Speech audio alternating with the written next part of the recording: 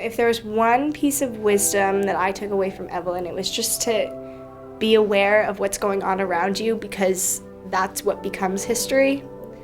Like, I was asking her all these questions about the Depression and what it was like during this time and that time, and then when I just stopped asking questions and I was like, tell me something really cool that you did, and she was like, oh, well, I went to the March on Washington with Martin Luther King, and you're like, okay, that's really cool, and to her, that was just something she did. This experience was definitely valuable because it showed that you can really connect with someone no matter how old they are. Talking to her, it was just I could say whatever I wanted to and didn't really worry about what she was going to think about me because she didn't judge me. It's the greatest thing ever. And to see him at my show the other day, because my parents weren't able to make it this weekend, so to have somebody who was able to come and support me, it meant so much, because I know that he probably wouldn't have gone if he hadn't met me, The ability to find that an 89-year-old and an 18-year-old are so relatable.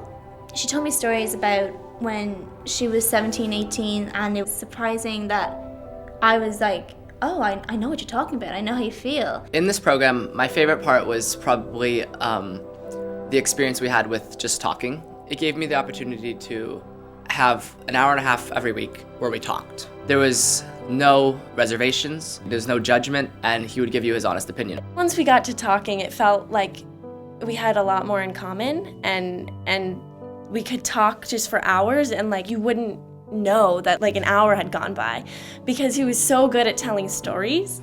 And I think it was those stories that really provided me with inspiration for my art, and I actually ended up writing a song about him. Sages and Seekers is designed to bring together teens and seniors to share their unique gifts. Our elders, who are often isolated in housing projects, retirement communities, or even alone in their own homes, are enrolled in an 8-week program, 1-hour-long sessions at the schools. I think one of the big differences is the immediacy of the way you communicate now. Because when I was growing up and dating, if someone wanted to call you, it would take a long time before he would get to you, because there may have been 4 other parties on the line, all who had access to it. And not only that, but I was in a family of 2 other girls.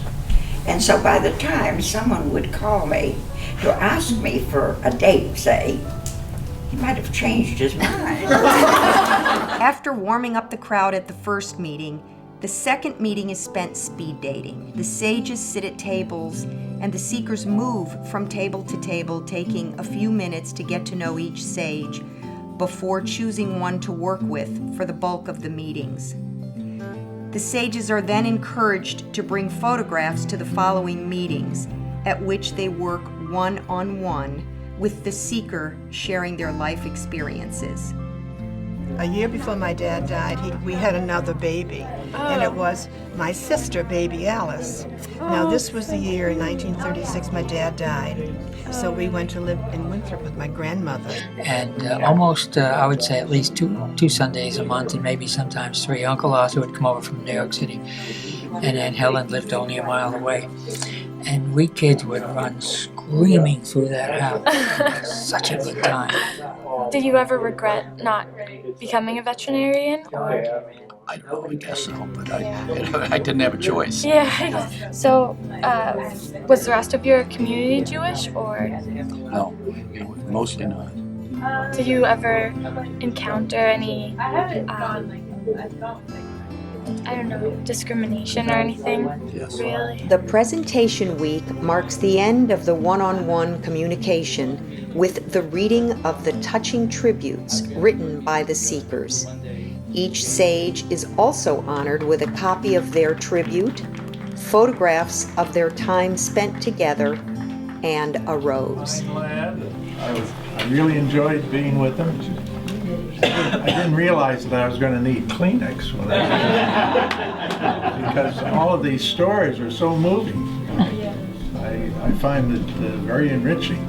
Your stories and the way you've told them has shown me that to be great and to be successful, you just need to be genuine and humble. You've been hardworking, genuine, and humble, and ultimately, I believe you've gotten the best things out of life. I hope that I can be as great and successful as you are, because if I do, then I will know that I've lived the most fulfilling life I could live, that I've been happy, and that I've seen the world. These Tuesdays with you have been special. Thank you, Phyllis.